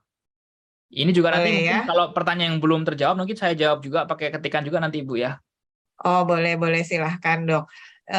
Ini mungkin yang pertanyaan sebentar ya, kira-kira yang mana yang akan mewakili pertanyaan banyak orang nih. Kalau tadi yang jika sudah positif COVID, kemudian dalam jangka waktu 1-2 bulan, apakah masih perlu di-swab? Nah, gimana itu Dok? Kalau yang pertanyaan dari Bu Erika, jika sudah positif COVID, kemudian dalam jangka waktu 1-2 bulan kemudian ada keluhan batuk pilek lagi, apakah masih perlu di swab itu, Dok? Ya, baik. Mungkin untuk Ibu Erika, ini kalau sudah 1-2 bulan terus batuk, kita harus cari tahu ini batuk infeksius atau bukan batuk infeksius, ya. Jadi kita akan lihat, dokter anak biasanya sudah paham itu. Ini kalaupun batuk spesifik atau non spesifik. Kalau batuk spesifik, maka kita akan cari tahu ini kemana arahnya. Bisa jadi ada asma, bisa jadi atau TBC, atau bisa jadi batuk rinitis, karena macam-macam penyebabnya. Jadi nggak perlu khawatir untuk di swab lagi. Tapi dengan catatan, ini sekolah boleh nggak? Boleh sekolah, tapi sudah ketemu dokter anak dahulu untuk dipastikan ini suatu batuk yang infeksius atau bukan. Jadi sekolah juga harus menerima dari keputusan dokter ya, karena ini harus disampaikan betul-betul ya, karena kalau sudah dicek dokter artinya sudah ngelihat ini tidak ada infeksi. Ini bisa jadi alergi nggak nular, tapi emang anak ini kecenderungan menjadi batuk-batuk lebih sering. Jadi paling sering ada alergi biasanya. Jadi harus kita buktikan dahulu ini, bisa asma atau rinitis ini, kalau kayak gini kondisinya ya, yang biasanya. Itu Bu, mungkin jawab cepat aja kali ya. Ya, baik. Kayaknya ini pertanyaan Bu Amelia nih juga sepertinya sudah terjawab tadi ya, bahwa kalau ada demam, batuk, pilek ya sebaiknya diperiksa dulu. Masalah tertinggal pelajaran ya mungkin mudah-mudahan sih ya tetap kesehatan nomor 1 mungkin ya Dok ya. Ya. Tapi ada pertanyaan lanjutan dari Mbak Amelia ini, jika anak sudah pernah terkena MIS-C tadi, apakah mungkin jika kena COVID lagi setelah terkena setelah MIS-C tadi? Iya, bisa. Sementara kalau data yang kami terima saat ini belum ada ya yang sudah pernah MIS-C berulang belum pernah. Cuman kalau MIS-C ini biasanya terkena pada anak-anak yang sudah ada komorbid. Kita tahu COVID itu adalah penyakit pembuluh darah. Jadi kalau sudah pernah masuk COVID, maka pembuluh darah ini akan kan seluruh tubuh, kita punya pembuluh darah di seluruh tubuh ya. Jadi terutama yang ada komorbid yang berat seperti sakit jantung, sakit ginjal, ini menjadi perhatian khusus kita untuk terjadi MIS-C ini. Ya. Mungkin kalau tadi yang ini Bu yang di swab di hari ke-2, 4 dan 5 ini ya. Nah, ini kalau intinya gini, kapan kita katakan suspek, kapan kita katakan probable, kapan kita katakan konfirmasi. Jadi kalau konfirmasi itu ada gejala, terus kita swab, bisa pakai NAAT. NAAT itu singkatan dari Nucleic Acid Amplification Test atau dari PCR. Ya. Itu positif, kita katakan konfirmasi. Nah, bisa juga pakai antigen. Bisa, pakai antigen bisa. Antigen positif, kemudian gejalanya confirm, artinya sesuai dengan dia terkonfirmasi COVID. Nah, bagaimana dengan probable? Probable adalah seseorang yang kontak erat. Seseorang kontak erat dan gejalanya benar-benar berat, ya, sampai bahkan ada yang sampai meninggal dengan orang-orang yang sudah terpositif sebelumnya. Itu probable. Tapi kalau suspek itu dia mungkin masih bergejala ringan, belum mengerjakan pemeriksaan PCR, belum antigen, tapi dia ada kontak dengan orang sakit COVID, ya, dan gejalanya mungkin ringan, nggak sampai berat. Kalau berat masuk ke probable memang. Nah, itu yang suspek. Jadi semua batuk pilek memang harus kita swab. Nah, yang jadi masalah adalah kapan perlu diulang. Nah, diulang tidaknya ini berdasarkan keputusan untuk bersekolah apa tidak. Jadi biasanya kami dari klinisi dokter itu mengindikasikan bahwa jika 1 pekan sudah tidak ada gejala, karena di buku disebutkan, buku penanganan COVID disebutkan. Jika sudah 1 pekan atau 7 hari sudah memberikan gejala klinis, dokter tim ahli klinis boleh memutuskan PCR ulang apa tidak. Jika PCR ternyata negatif, sudah bisa dianggap sembuh. Tapi kalau PCR masih positif, mempertimbangkan lagi, umumnya kita berikan isolasi mandiri sampai 10 hari. Nah, lewat 10 hari jika tidak ada gejala, ya sudah boleh di-swab lagi untuk bukti sekolah, ya, dan itu bisa bersekolah seperti biasa. Tapi kepepetnya masih negatif, masih positif juga, kita lihat sampai 14 hari. Setelah 14 hari, kalaupun positif, boleh sekolah, tidak masalah. Dengan catatan dia harus pakai masker dahulu sampai 2 pekan nantinya. Jadi begitu. Baik, terima kasih banyak dokter atas penjelasannya pada sore hari ini. Mudah-mudahan mencerahkan ya untuk para orang tua murid dan juga para guru yang hadir pada sore hari ini. Terima kasih atas penjelasannya dan kesediaannya menjawab pertanyaan-pertanyaan kegalauan para orang tua ini ya Dok ya. Baik, mohon maaf untuk pertanyaan-pertanyaan yang belum terjawab. Saya harus mengakhiri acara pada hari ini. Sekali lagi terima kasih kepada Dr. Dimas. Mudah-mudahan sharing yang diberikan pada hari ini bisa bermanfaat untuk kita semua. Selanjutnya acara akan ditutup dengan doa penutup yang akan dipandu oleh Ustadz Irawan Syah Putra LC sekaligus untuk menutup acara ini. Silahkan Ustadz Irawan. Baik Bunda, syukran. Assalamualaikum warahmatullahi wabarakatuh. Waalaikumsalam warahmatullahi wabarakatuh. A'udzubillahi minasyaitonir rajim. Bismillahirrahmanirrahim. Alhamdulillahi rabbil alamin. Allahumma salli wa sallim ala sayyidina Muhammad wa ala ali sayyidina Muhammad. Ya Allah, jadikanlah pertemuan kami pada hari ini pertemuan yang senantiasa Engkau rahmati. Jadikan pertemuan kami pada hari ini pertemuan yang dilandasi rasa syukur atas segala nikmat yang telah Engkau karuniakan kepada kami. Jadikanlah silaturahmi kami pada pertemuan kali ini semakin kuat. Ya Allah, karuniakanlah kebaikan bagi kehidupan beragama kami yang merupakan sumber kehormatan bagi kami. Karuniakan kebaikan bagi dunia kami, tempat di mana kami menjalani kehidupan kami. Karuniakan kebaikan bagi akhirat kami, tempat di mana kami akan kembali.